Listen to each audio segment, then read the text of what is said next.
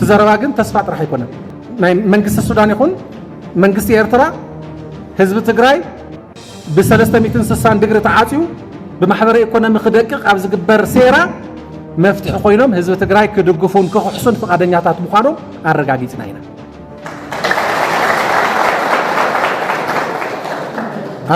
ኢና ሶቆይሎ አጉል ተስፋ አይኮነን ማለት ነው የህወሓት አመራሮች በቀጣይ እናካሄደዋለን ላሉት ጦርነት የውጭ ድጋፍ አለን በሚሉት ዙሪያ አትጠራጠሩ ይሄ ባዶ ተስፋ አይደለም ሲሉ ተናግረዋል በመግቢያችን ላይ ተከታተላችሁት ይሄንኑ ማረጋገጫ የሰጡትን የህወሓት ምክትል ሊቀመንበር አቶ አማኑኤል አሰፋን ነው ይዘነዋል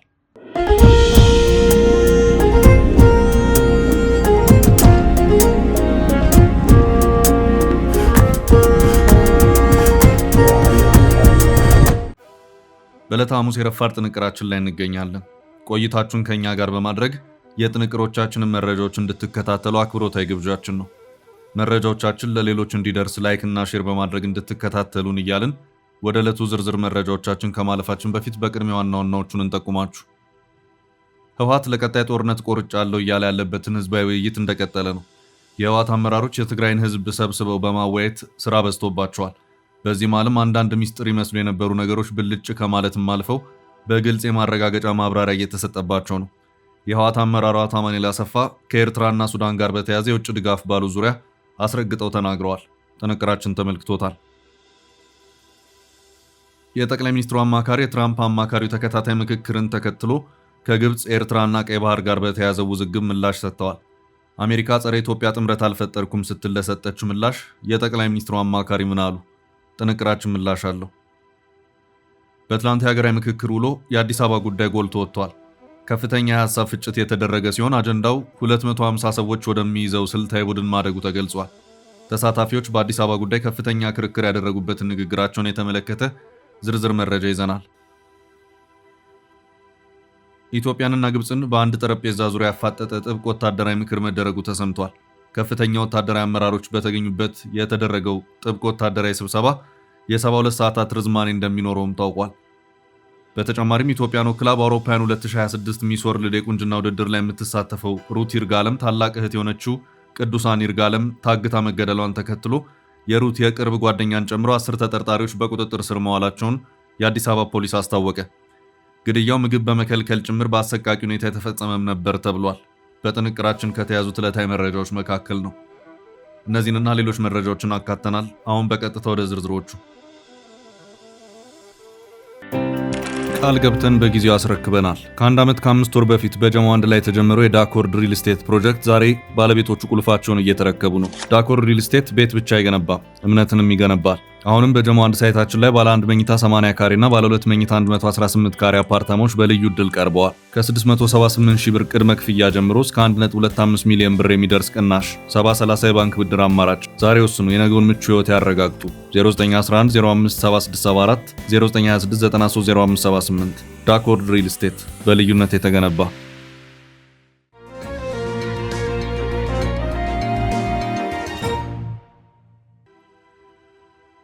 ህወሓት የሚስጥር ድጋፉን ይፋ አደረገ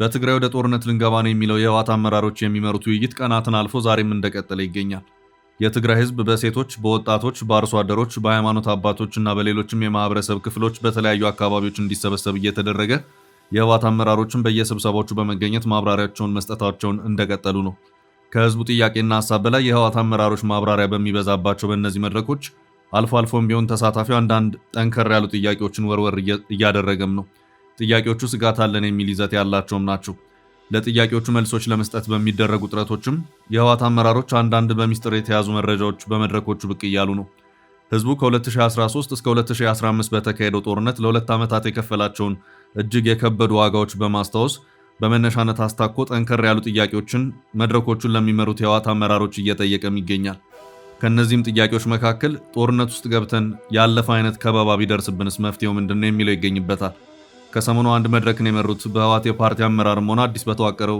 የህወሓት የትግራይ ክልላዊ መንግስት ውስጥ የደብረጽዮን ምክትል ሆነው እየሰሩ የሚገኙት አቶ አማኑኤል አሰፋ በዚህ ጉዳይ ምላሽ ሲሰጡ ተደምጠዋል አቶ አማኑኤል ያለፈው ከበባ ይደገማል ብላችሁ አታስቡ ስጋቱ አይግባችሁ በዚህ ጉዳይ ኤርትራና ሱዳን ቃል ገብተውልናል ይሄ ደግሞ አጉል ተስፋ አይደለም የተረጋገጠ እውነት ነው ሲሉም ተደምጠዋል በዚያ መድረክ ላይ እየደጋገሙ ስለ ትግራይ ሉዓላዊነት ሲናገሩ የተደመጡት አቶ አማኑኤል አሰፋ በአንድ ሉዓላዊ ሀገር ውስጥ እንዴት ሌሎች ሀገራት ጣልቃ እንዲገቡ ይፈቀዳል በሚለው ዙሪያ ግን የሰጡት አመክንያዊ ማብራሪያ አልተሰማም። አቶ አማኑኤል አሰፋ በዚሁና በሌሎች መድረኮች ላይ ትግራይ ህዝብ አንዱ ወደ ጦርነት እንዲገባ ምክንያት የሆነው የትግራይ ሉዓላዊነት ባለመከበሩ ነው ሲሉ የተደመጡበት ሁኔታ ታይቷል። በሌላ አቅጣጫ ደግሞ ህወሓት ባሰበው ጦርነት ውስጥ ኤርትራና ሱዳን ቃል ገብተውልናል፣ ይሄ የተረጋገጠ ነው፣ እመኑኝ፣ ባዶ ተስፋ አይደለም ሲሉም ተደምጠዋል። ከዚህ ቀደም በመቀሌው መድረክ ላይ ደብረጽዮን ገብረ ሚካኤል ስም ሳይጠቅሱ የውጭ ኃይሎች ከጎናችን አሉ ያሉበት ሁኔታ በርካቶችን አነጋግሯል። የኤርትራ መንግስት ከዚህ ቀደም በትግራይ ህዝብ የዘር ማጥፋት ወንጀልን የፈጸመ መንግስት ነው፣ ሂሳባችንን እናወራርዳለን በሚልም በህወሓት አመራሮች በጠላትነት የተፈረጀ መንግስትም ነበር። አቶ አማኑኤል አሁን ደግሞ የኤርትራ መተንፈሻችንና መውጫ መግቢያችን ነው ብለዋል። አቶ አማኑኤል አሰፋ የደብረጽዮንን የመቀሌውን የውጭ ኃይሎች ከጎናችን አሉ የሚለውን ሸፈንፈን ያለ ንግግር የበለጠ ግልጽ አድርገው ይፋ አድርገውታል። አለ የሚባለውን የውጭ እርዳታ ወይም እገዛ በተመለከተም አቶ አማኑኤል ሲናገሩ ደካማን ማንም አይፈልገውም፣ ዋናው ስራችን የውስጥ አቅማችንን ማጠናከሩ ላይ ነው። እኛ ሌሎች አጋሮች ይደግፉናል ስንል የሌሎች ሸክም ለመሆን አይደለም፣ እነሱን የምንፈልጋቸው የጎደለንን እንዲሞሉልን ብቻ ነው ሲሉም ተደምጠዋል። ትዘረባ ግን ተስፋ ጥራሕ አይኮነን ናይ መንግስቲ ሱዳን ይኹን መንግስቲ ኤርትራ ህዝቢ ትግራይ ብ360 ዲግሪ ተዓጽዩ ብማሕበራዊ ኢኮኖሚ ክደቅቕ ኣብ ዝግበር ሴራ መፍትሒ ኮይኖም ህዝቢ ትግራይ ክድግፉን ክሕሱን ፈቃደኛታት ምዃኖም ኣረጋጊፅና ኢና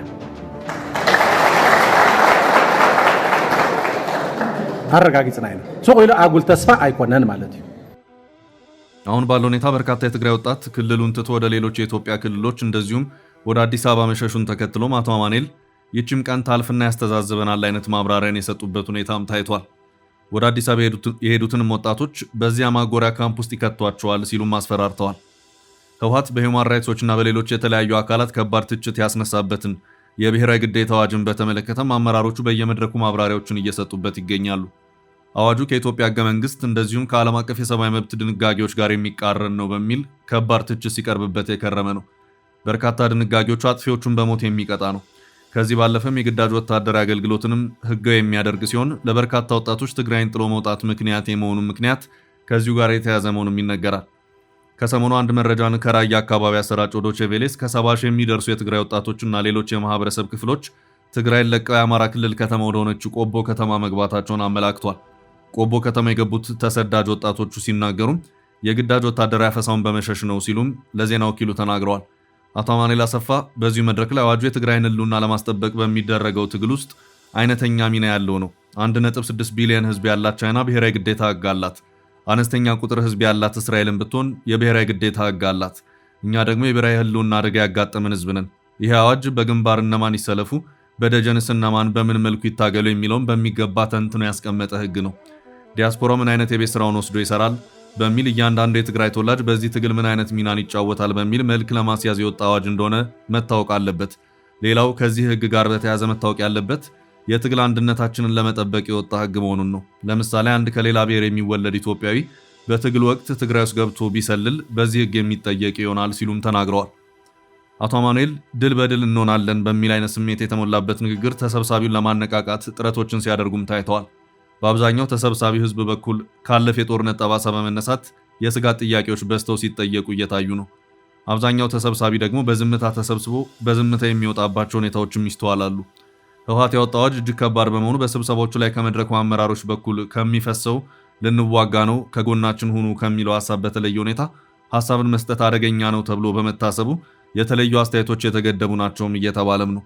በህወሓት አመራሮች በኩልም በሀሳብም በተግባርም አንድ መሆን አለብን፣ በህልውና አደጋችን ቅልበሳ ላይ የተለየ ሀሳብን አናስተናግድም የሚል አቋም የተያዘ መሆኑም እየታየ ነው።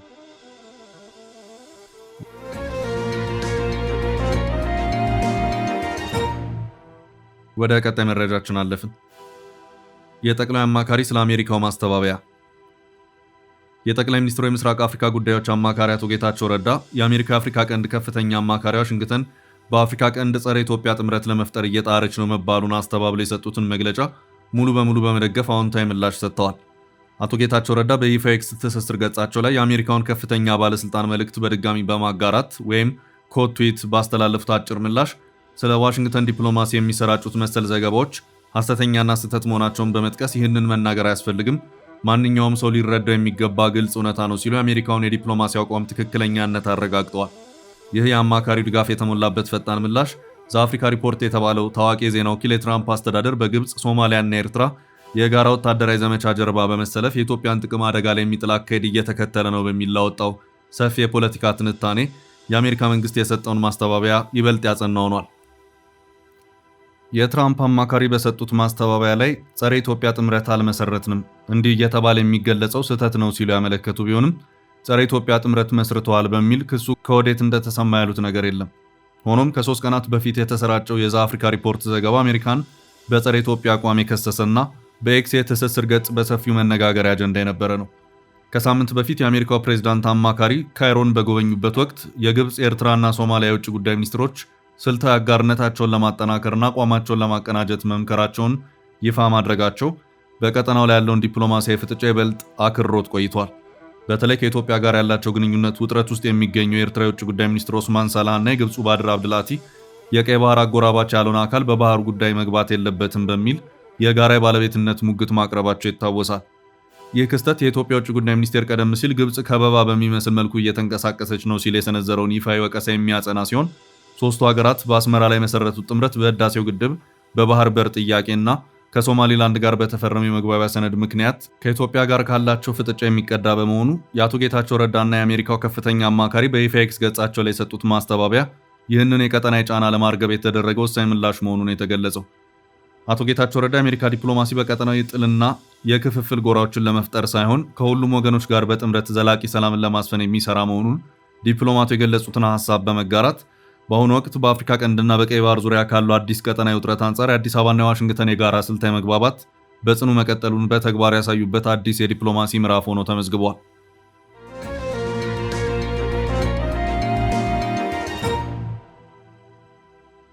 ወደ ቀጣይ መረጃ አለፍን። የአዲስ አበባ ዕጣ ጉዳይ በምክክሩ ከፍተኛ የሐሳብ ፍጭት ፈጥሯል። እየተካሄደ ባለው የብሔራዊ ምክክር ላይ አዲስ አበባ ጉዳይ ጎልቶ ከወጡ አጀንዳዎች መካከል ሆኗል። አዲስ አበባና አስተዳደሯን የተመለከተ ከበድ ያለ የሐሳብ ፍጭት በመድረኩ ስለመፈጠሩ ነው የተዘገበው። በትላንትናው ዕለት ምክክሩ ወደ ስልታዊ ቡድኖች ደረጃ ያደገ ሲሆን ቀደም ብለው በቡድን የተመከሩ አጀንዳዎች ተጨምቀው 250 ሰዎችን ለሚይዘው ስልታዊ ቡድን መቅረቡን የዋዜማ ዜና ምንጭ መረጃ አመልክቷል። በትላንቱ ውይይት ተሳታፊዎች ሲመክሩባቸው የሰነበቱና ተጨምቀው ለ250 ቡድን በቀረቡት ሐሳቦች መካከል መክረንባቸው አልተካተቱም የሚካተቱ በሚል ጠበቅ ያለ ሐሳቦች መሰንዘራቸው ተሰምቷል።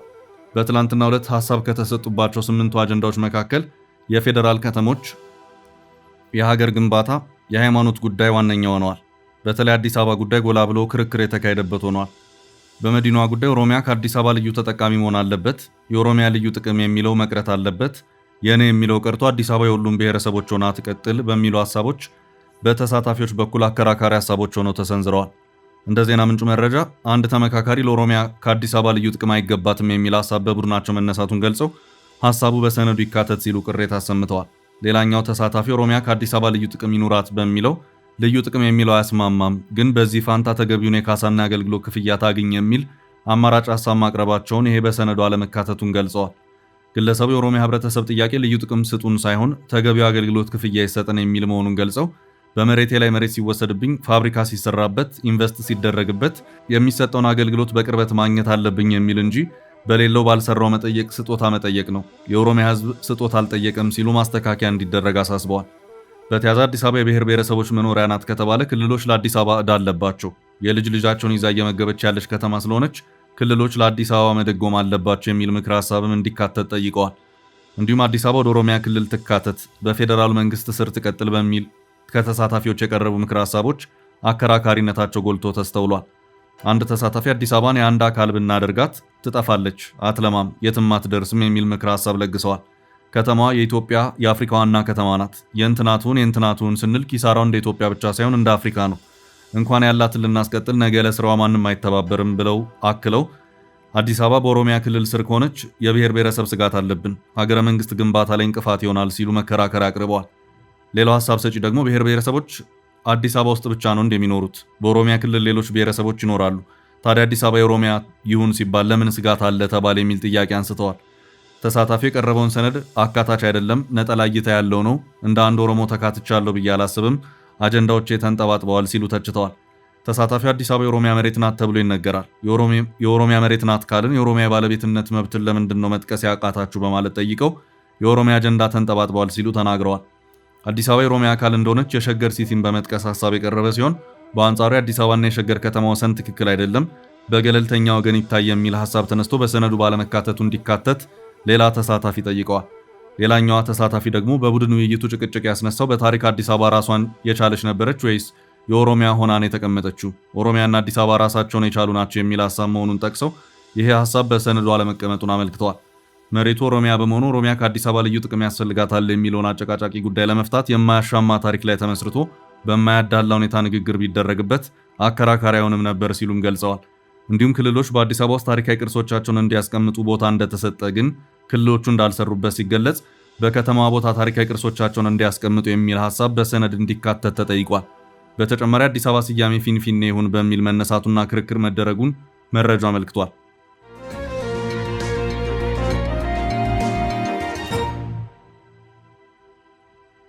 ወደ ቀጣይ ርዕስ አለፍን።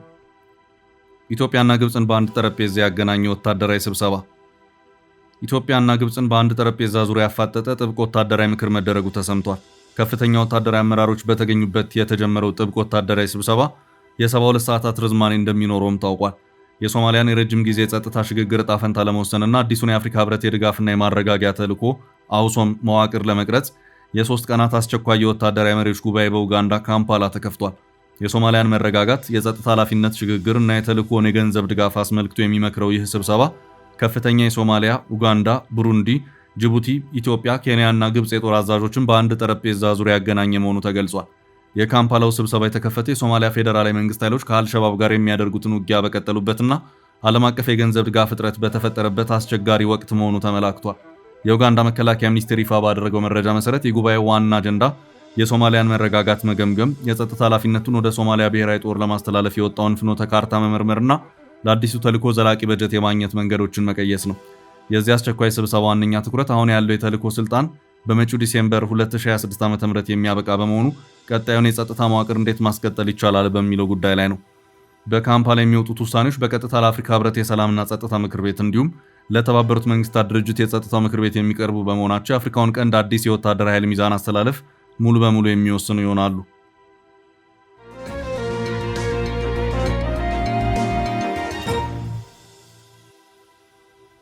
ወደ ቀጣይ መረጃ አለፍን።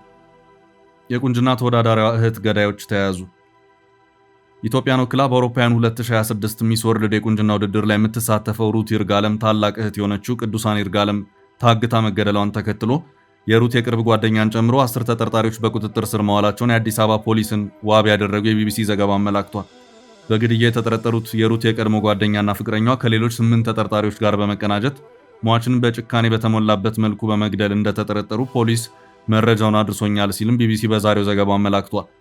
ግድያ የተፈጸመው የሟች እህት ሩት በመጪው ነሐሴ ወር መጀመሪያ ላይ በቪየትናም መካሄድ በሚጀምረው ሚስ ወርልድ 2026 ላይ ለመሳተፍ ዝግጅት እያደረገች ባለችበት ወቅት ነበርም ተብሏል። የሀገሯን ባህል ይበልጥ እንድትረዳና እንድታስተዋውቅ በተለያዩ ሀገሪቱ ክፍሎች ላለፉት 3 ወራት ያህል ጉብኝት እያደረገች የነበረችው ሩት እህቷ መታገቷን የሰማችው በአርባ ምንጭ ከተማ ቆይታ እያደረገችበት ባለበት ወቅት መሆኑን የአዲስ አበባ ፖሊስ ዋና ጠቅላይ መምሪያ የህዝብ ግንኙነት ኃላፊ ኮማንደር ቶማስ እሸቴን ዋቢ ያደረገው ይኸው ዘገባ አመላክቷል።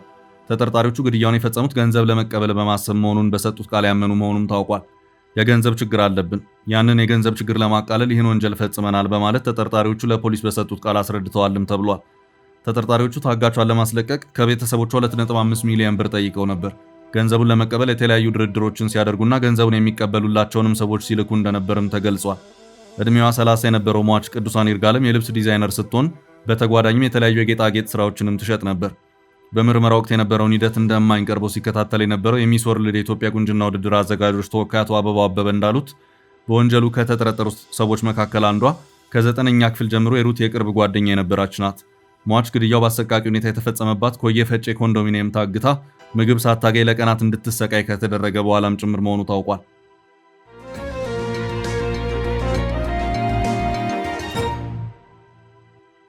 ወደ ቀጣይ ርዕስ አለፍ። ኢትዮጵያዊው ሊባረሩ ነው።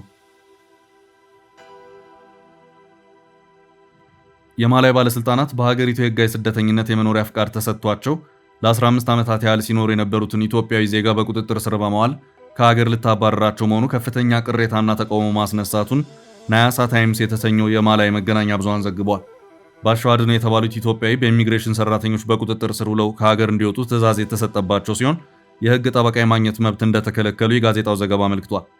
የማላዊ ብሔራዊ ፖሊስና ኢሚግሬሽን መምሪያ ስለ ባሻው የመባረር ምክንያት ዝርዝር ማብራሪያ ለመስጠት ፍቃደኛ ባይሆኑም ኃላፊነቱን እርስ በርሳቸው ሲያላክኩ እንደነበር ተገልጿል።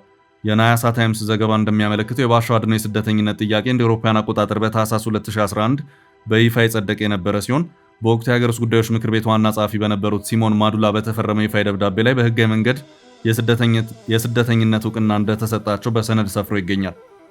ይህ የማባረር እርምጃ በማላዊ ስደተኞች መብት ላይ ያለውን ውጥረት ያሳየን የተባለ ሲሆን የሰብአዊ መብት ተሟጋቾችም በሀገሪቱ የስደተኞች ህግ ላይ ስር ነቀል ማሻሻያ እንዲደረግ ጥሪ እያቀረቡ ነው። የሀገሪቱ የ1989 የስደተኞች አዋጅ በአሁኑ ወቅት በልዩ የህግ ኮሚሽን በከፍተኛ ፍርድ ቤት ዳኛ የሚመራ አጠቃላይ ግምገማ እየተደረገበት ሲሆን የአሁኑ ህግ የስደተኞችን ሰብአዊ መብት ከመጠበቅ ይልቅ በመንግስት ቁጥጥር ላይ ብቻ ያተኮረ በመሆኑ ስደተኞች ከአካባቢው ማህበረሰብ ጋር እንዳይቀላቀሉና መብቶቻቸው እንዲገደቡ ማድረጉን ዳኛው መግለጻቸውን መገናኛ ብዙሃኑ ጠቁመዋል። ዝንላችሁን ርዕሰ ጉዳዮች እዚህ ላይ ቋጨን። ላይክ፣ ሼር እና ኮሜንት በማድረግ ለቻናላችን ድጋፋችሁን መግለጽ እንዳትዘነጉ እያልን ከሌሎች መረጃዎች ጋር ደግመን እስክንገናኝ ቸር ያሰማን።